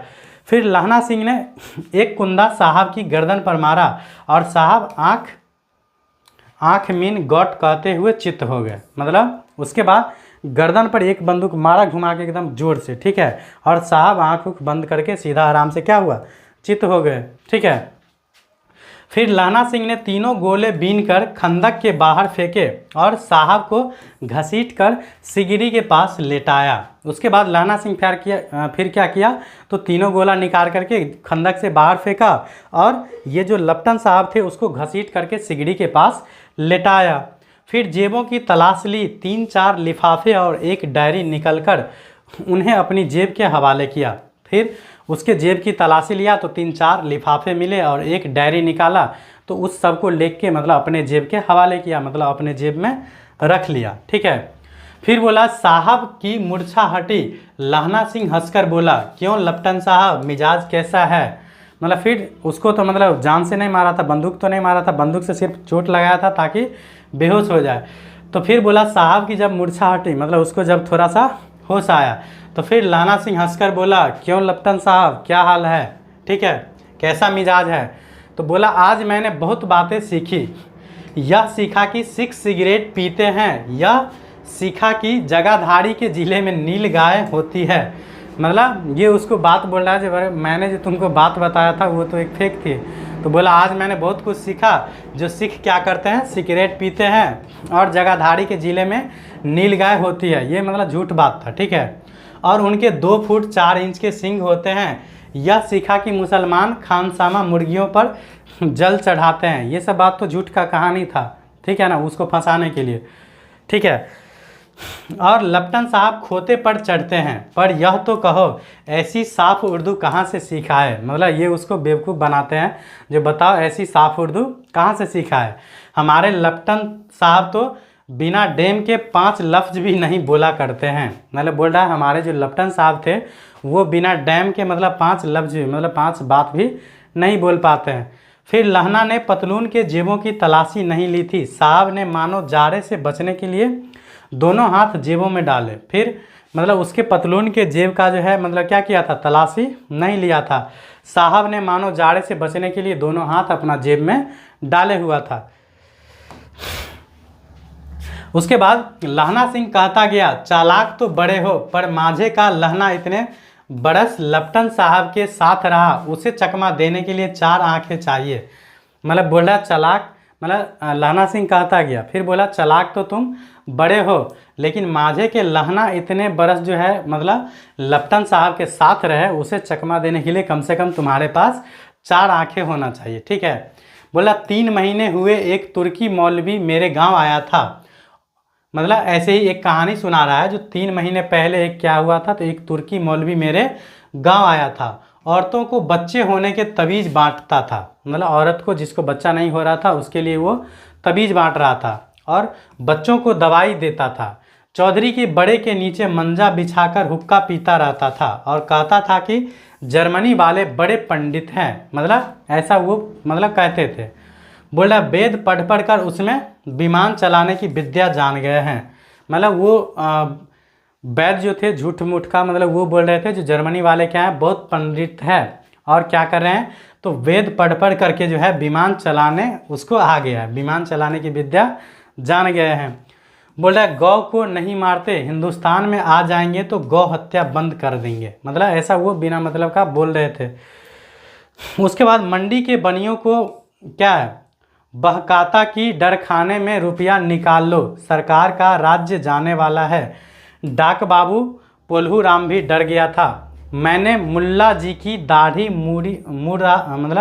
मुड़ दी थी और गांव से बाहर निकालकर कहा था कि जो मेरे गांव में अब पैर रखा तो, मतलब ऐसा बिना मतलब का अफवाह फैलाते हैं। आजकल भी देखते हैं ना एक दो ढोंगी सब आ जाते हैं, बोलते हैं मतलब तुमको मतलब इस कलर का अंगूठी चाहिए, ठीक है ना, नहीं तो तुम्हारे मतलब एकदम सन्नी का प्रभाव है, तुम पढ़ रहे हो, तुम्हारा मतलब एग्ज़ाम नहीं निकल रहा है, ठीक है ना, तो तुम्हारे ऊपर शनि का प्रकोप है, इस कलर का अंगूठी पहन लो, तुम्हारा कल्याण हो जाएगा। उसी में बोलेगा 1100 रुपया का दक्षिणा दो, तुम्हारा चूना लगा के चला जाएगा। तो इस सब कुछ नहीं होता, जब आप मेहनत कीजिएगा तो आराम से निकलेगा, ठीक है ना। तो ऐसे ही मतलब वो लहना सिंह बोला मुल्ला जी की दाढ़ी मुलवा के और गाँव से बाहर निकलवा दिया और बोले फिर इसके बाद जो पैर रखा मेरे गाँव में तो समझ लेना, ठीक है। उसके बाद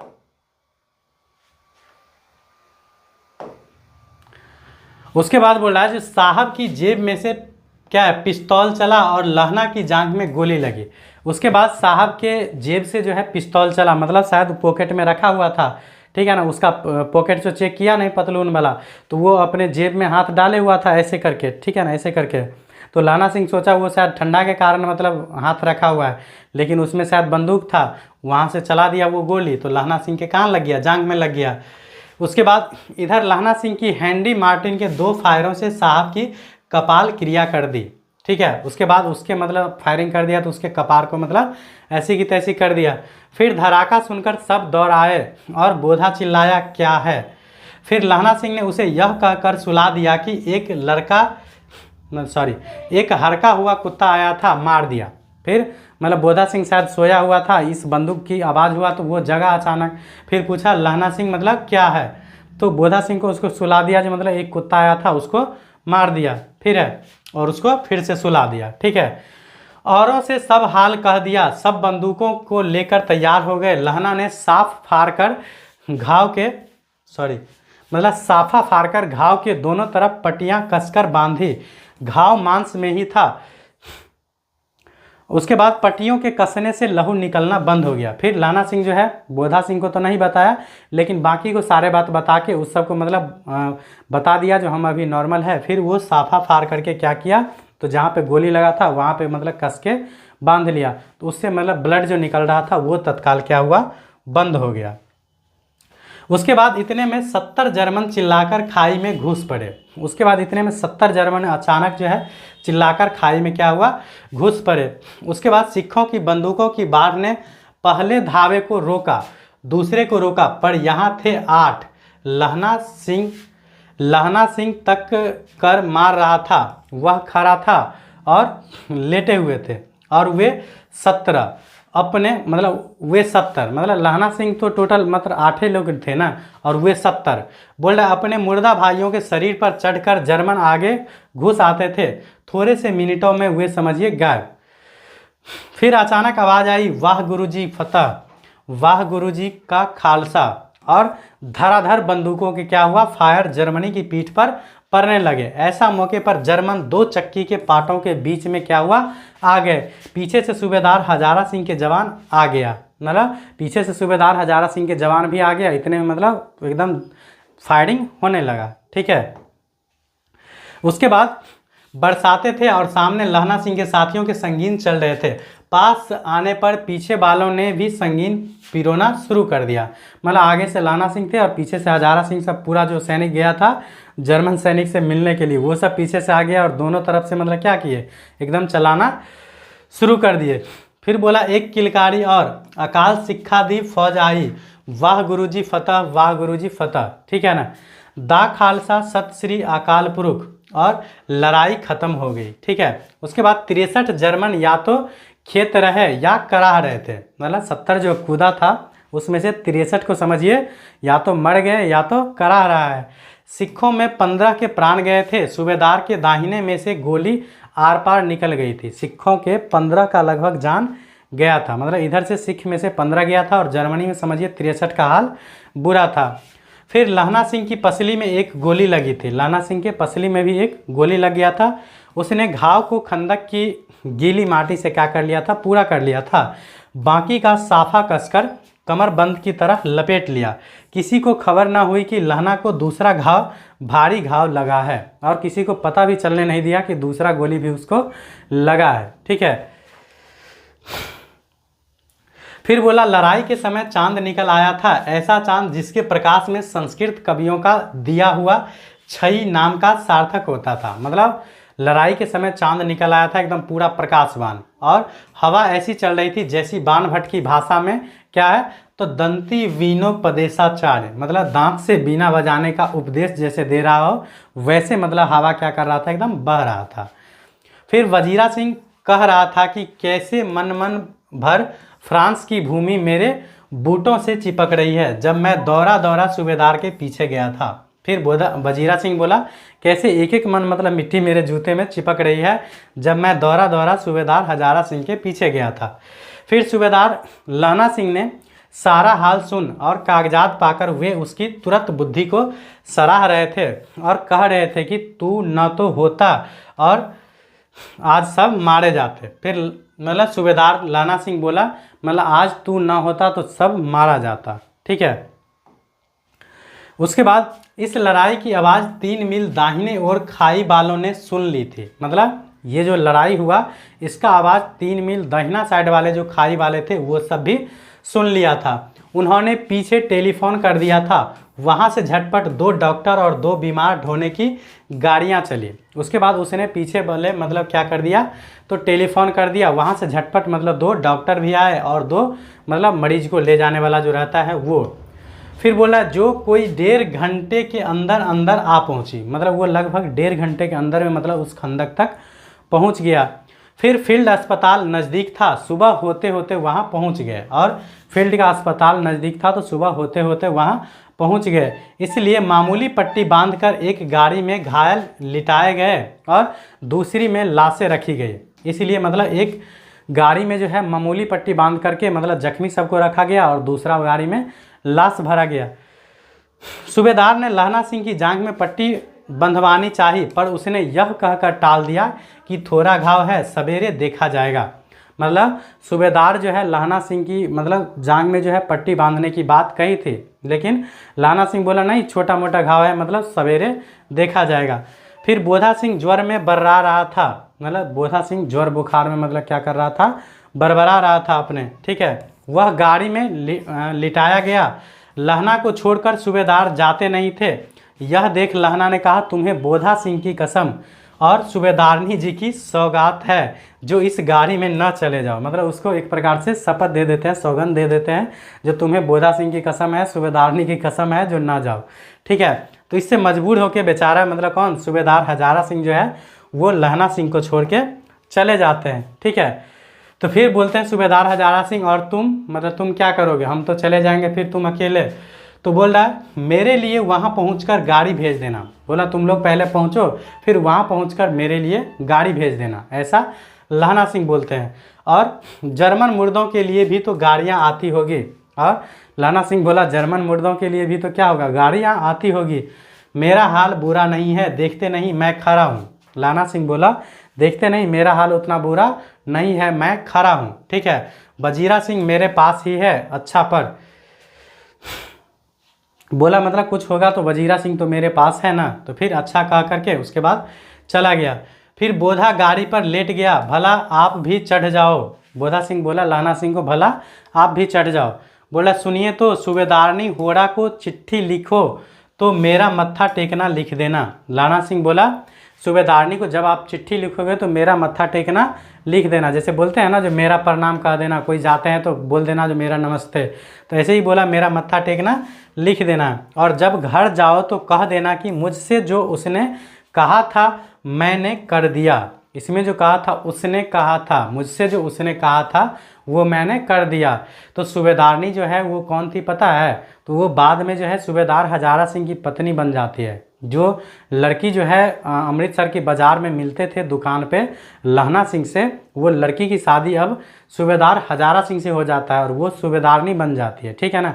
तो वो एक दिन अचानक मिलता है लहना सिंह को और बोलता है जो ये मेरे पति हजारा सिंह है और मेरे पुत्र बोधा सिंह है, दोनों मतलब लड़ाई में गए हैं, आप इनकी प्राण की रक्षा करना। तो इसलिए लहना सिंह जो है उसको चाहते थे, मतलब उस लड़की को, ठीक है ना, जिसे बचपन में पूछा करते थे तेरी कुरमाई हो गई है, तो उसको शायद वो चाहते थे, दिल से प्रेम करते थे। अभी वाला प्रेम नहीं जो हम तुम्हारे बगैर जीवे नहीं करेंगे, तुम नहीं रहोगी तो हम मर जाएंगे, ऐसे करेंगे वैसे करेंगे, ऐसा कोई प्रेम नहीं होता। प्रेम में कुर्बानी भी करना पड़ता है, जो लहना सिंह ने इस कहानी में किया है। तो लहना सिंह क्या किया बेचारा, अपना प्राण की बलि देते हुए भी मतलब इन दोनों का रक्षा किया। तो क्या बोला, मतलब अगर तुम घर जाओगे तो सूबेदारनी को कह देना जो उसने जो मुझसे कहा था वो मैंने कर दिया, अर्थात इन दोनों का प्राण बचा दिया, ठीक है। फिर गाड़ियां चल पड़ी। सूबेदार ने चढ़ते चढ़ते लहना का हाथ पकड़कर कहा तैने मेरे और बोधा के प्राण बचाए हैं। फिर सूबेदार हजारा सिंह जो था वो गाड़ी पर चढ़ते चढ़ते मतलब उसका लहना सिंह का हाथ पकड़ के बोला जो तुमने, मतलब तन्ने, मतलब बोलते हैं ना पंजाबी में हरियाणवी में, जो तन्ने मेरा जान, मतलब मेरा और मेरे बोधा सिंह का प्राण बचाया है। फिर लिखना कैसा है, साथ ही घर चलेंगे। अपनी सूबेदारनी को तू ही कह देना उसे क्या कहा, उसने क्या कहा था। मतलब बोला अच्छा, मतलब लिखना तुम जो मतलब कैसे हो, फिर साथ ही घर चलेंगे और तुम खुद मतलब सूबेदारनी से कह देना जो उसने क्या कहा था, ठीक है ना, तुम खुद सूबेदारनी से मिल लेना।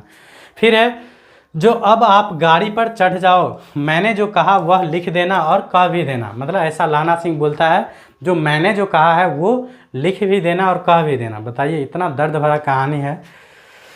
फिर गाड़ी के जाते लहना सिंह लेट गया, बजीरा पानी पिला दे और मेरा कमरबंद खोल दे, उसके बाद तर हो रहा है। फिर मतलब लहना सिंह समझिए एक प्रकार से उसका होश नहीं था, लेकिन बजीरा सिंह और बोधा सिंह को जाने के लिए वो बेचारा कैसे भी करके एकदम खड़ा था, जो बोलेगा मैं ठीक हूँ तुम लोग जाओ। तो वो ज्यों ही गया समझिए एक प्रकार से डायरेक्ट गिरा और क्या बोला, जो बजीरा पानी पिला दे और मेरा कमरबंद खोल दे। वो जो बांधा हुआ था उसको बोला खोल देने के लिए, बोला मेरा तर हो रहा है, मतलब ऊपर से दर्द हो रहा होगा, ठीक है। तो ये चौथा था, ठीक है। उसके बाद ये हो गया पांचवा, ठीक है। तो चौथा में भी आप देख चुके हैं, तो इस प्रकार से आप लोगों को पता चल गया होगा जो पहला में क्या था, लव स्टोरी, दूसरा तीसरा चौथा, मतलब फर्स्ट पार्ट में क्या था, तो फर्स्ट पार्ट में था आप लोगों को लव स्टोरी, ठीक है, प्यार वाला कहानी। उसके बाद दूसरा, ठीक है, तीसरा, उसके बाद चतुर्थ। इसमें क्या है, इसमें जो है युद्ध के बारे में वर्णन है, ठीक है ना, क्या है, तो युद्ध के बारे में वर्णन है। और पांचवा में देखिए, पांचवा में युद्ध के बारे में नहीं है लगभग, ठीक है। फिर बोल रहा है मृत्यु के कुछ समय पहले स्मृति बहुत साफ हो जाती है, जन्म भर की घटनाएं एक एक करके सामने आती रहती है। बोल रहा है मृत्यु से पहले जो है सब कुछ एकदम साफ हो जाता है, पूरे जीवन का जो भी घटना रहता है एकदम पूरे सिनेमा की तरह सामने लगता रहता है, एकदम चलता रहता है, ठीक है। बोल रहा है सारे दृश्यों के रंग साफ होते हैं, समय की धुंध बिल्कुल उन पर से हट जाती है और सारे दृश्य बोलता है एकदम साफ हो जाता है, समय का जो धुंध रहता है वो बिल्कुल हट जाता है। इसका मतलब हुआ जो आप जीवन में जो सब किए हैं अच्छाई बुराई, वो लगभग मरने के टाइम में आपके सामने एकदम डायरेक्ट सीरियल टाइप से चलने लगता है, ठीक है। बोला लहना सिंह 12 वर्ष का है, अमृतसर में मामा के यहाँ आया हुआ है। हालांकि ये हाईलाइट आप लोगों को स्टार्टिंग में भी मिला होगा, जो 12 वर्ष का लहना सिंह था और वो लड़की जो है थोड़ा कम उम्र की थी, दोनों बाजार में मिलते थे। तो बोल रहा है अमृतसर में जो है लहना सिंह अपने मामा के यहाँ आया हुआ है, दही वाले के यहाँ वो और सब्जी वाले के यहाँ हर कहीं उसे एक 8 वर्ष की लड़की मिल जाती है। बोल रहा है दही वाले के यहाँ, सब्जी वाले के यहाँ और हर कहीं वहाँ एक लड़की मिल जाती है 8 वर्ष की, ठीक है। बोल रहा है जब वह पूछता है कि तेरी कुरमाई हो गई है, तब वह धत कहकर क्या करती है, भाग जाती है। एक दिन उसने वैसे ही पूछा तो उसने कहा हाँ कल हो गई है, देखते नहीं यह रेशम वाली फूलों वाली साल दिए हैं। सुनते ही लहना सिंह को दुख हुआ, क्रोध हुआ, क्यों हुआ, मतलब वो जब बार बार पूछा करते थे कि मतलब तेरी कुरमाई हो गई है, तो एक दिन अचानक उसका जवाब आया जो हाँ हो गया है, देखते नहीं यह रेशम वाली काढ़ा हुआ साल, मतलब ये साल नहीं है, ऐसे करके दिखाया होगा, ठीक है। तो इसके बाद उसको बहुत दुख हुआ, गुस्सा भी हुआ। बोल रहा है क्यों हुआ, बता सकते हैं आप लोग क्यों हुआ? क्यों हुआ? क्योंकि वो शायद अंदर से जो है उसको चाहने लगे थे, ठीक है। हालांकि स्टार्टिंग में बोले हैं एक्सपीरियंस वाले व्यक्ति बताना है। उसके बाद फिर वजीरा सिंह पानी पिला दे। फिर 25 वर्ष बीत गए। अब लहना सिंह नंबर मतलब क्या है, ये लगभग 88 77 ये है। लहना सिंह 77 राइफल्स में जमादार हो गए थे। पूछेगा लहना सिंह किस पद पर थे? जमादार। किस राइफल्स के? तो 77 राइफल्स के जमादार थे। बोला उस 8 वर्ष की कन्या का ध्यान ही नहीं रहा। मतलब ये 25 वर्ष तक जब फौज में रह गए तो 77 नंबर राइफल्स के जमादार हो गए, और वो बचपन में जो 8 वर्ष की लड़की मिलती थी उसका तो वो ख्याल ही भूल गया, ठीक है। न मालूम वह कभी मिली थी या नहीं। 7 दिन की छुट्टी लेकर जमीन के मुकदमे की पैरवी करने वह जब अपने घर गया था तो वहाँ रेजिमेंट के अफसर की चिट्ठी मिली थी कि फौज का लाम पर जाती है, फौज जो है लाम पर जा रही है, फ़ौरन चले जाओ। मतलब जब वो अपने ज़मीन की मुकदमे को लेकर मतलब पैरवी लगाने के लिए गया था तब उसको चिट्ठी मिला था जो फौज सब कहीं जा रहे हैं, तुम तुरंत आ जाओ, ठीक है। साथ ही सूबेदार हजारा सिंह की चिट्ठी मिली कि मैं और बोधा सिंह भी लाम पर जाते हैं, लौटते हुए हमारे घर होते हुए आना। सूबेदार हजारा सिंह का भी एक चिट्ठी मिला जो हम और बोधा सिंह भी मतलब लामा पर जा रहे हैं, तो आप क्या करना, आने टाइम में मेरे घर के पास भी होते आना, ठीक है। बोल रहा साथ ही चलेंगे। सूबेदार का गांव रास्ते में पड़ता था और सूबेदार उसे बहुत चाहता था। लहना सिंह सूबेदार के यहाँ पहुँचा। लहना सिंह चूँकि मतलब सूबेदार का घर जो है वो रास्ते में ही पड़ता था और लहना सिंह उसे बहुत चाहता था, इसीलिए उसको वहाँ जाना पड़ा। तो फिर गया वहाँ पे, ठीक है। तो फिर जब चलने लगे तब सूबेदार बेढ़े में से निकल कर आया और बोला लहना सूबेदारनी तुमको जानती है, बुलाती है, जा मिल। फिर मतलब जब जाने लगा लहना सिंह तब क्या बोला, सूबेदार हजारा सिंह जो लहना सिंह सूबेदारनी जो है तुमको जानती है, पता है, और बुलाती है, जा मिल के आओ, ठीक है। तो फिर लहना सिंह भीतर पहुंचा। सूबेदारनी मुझे जानती है कब से? मतलब लहना सिंह चौंक रहा, अच्छा सूबेदारनी मतलब कब से मुझे जानने लगी? बोल रहा रेजिमेंट के क्वार्टर में तो कभी सूबेदार के घर के लोग रहे नहीं। लहना सिंह सोच रहे मतलब सूबेदार के घर का तो मतलब कोई रेजिमेंट में तो कभी रहे नहीं, तो हमको आखिर कैसे जानने लगे, ठीक है। फिर दरवाजे पर जाकर मत्था टेकना कहा। मतलब बोला मत्था टेकना, मतलब जैसे बोलते हैं ना प्रणाम, तो वैसे ही बोला मत्था टेकना। फिर आशीष सुनी। फिर लहना सिंह चुप हो गए, मुझे पहचाना। फिर आशीष सुनी। उसके बाद बोला लहना सिंह को मतलब बोला जो मुझे पहचाना। फिर लहना सिंह बोला नहीं। तो फिर वो लड़की बोली मतलब तेरी कुरमाई हो गई, धत कल हो गई। मतलब लड़की उसको याद दिलाने के लिए शायद वो बचपन की जो है बात बोलते हैं। जैसे दो मित्र कभी बचपन में मान लीजिए एक साथ खेले हैं, कभी बहुत ज़्यादा दिन के बाद मिले एक दूसरे को, तो जब नहीं पहचानते हैं तो बचपन वाला एक दो बात बोल दीजिए, आराम से पूरा याद आ जाता है, ठीक है ना।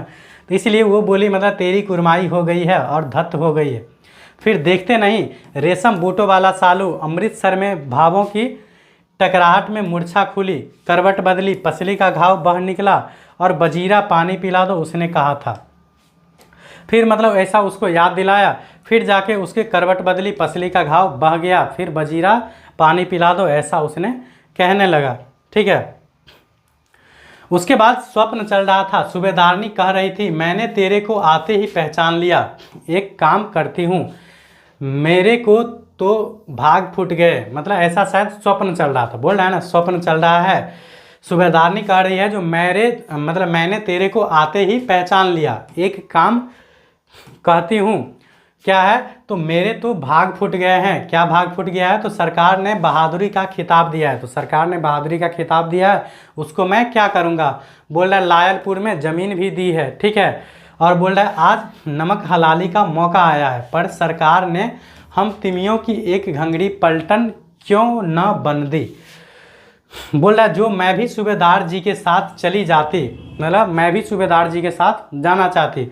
बोल रहा एक बेटा है फौज में भर्ती हुए, उसे 1 ही बरस हुआ है। बोला एक बेटा भी है, उसके बेटा का नाम क्या था? बोधा सिंह था। तो बोल रहा है उसको फौज में भर्ती हुआ मात्र 1 बरस हुआ है। उसके पीछे 4 और हुए पर एक भी जीवित नहीं हुआ है। मतलब एक ही बेटा है, हालांकि उसके बाद भी 4 हुआ लेकिन वो 4 जीवित नहीं रहा। ठीक है। फिर सूबेदारनी रोने लगे, अब दोनों जाते हैं।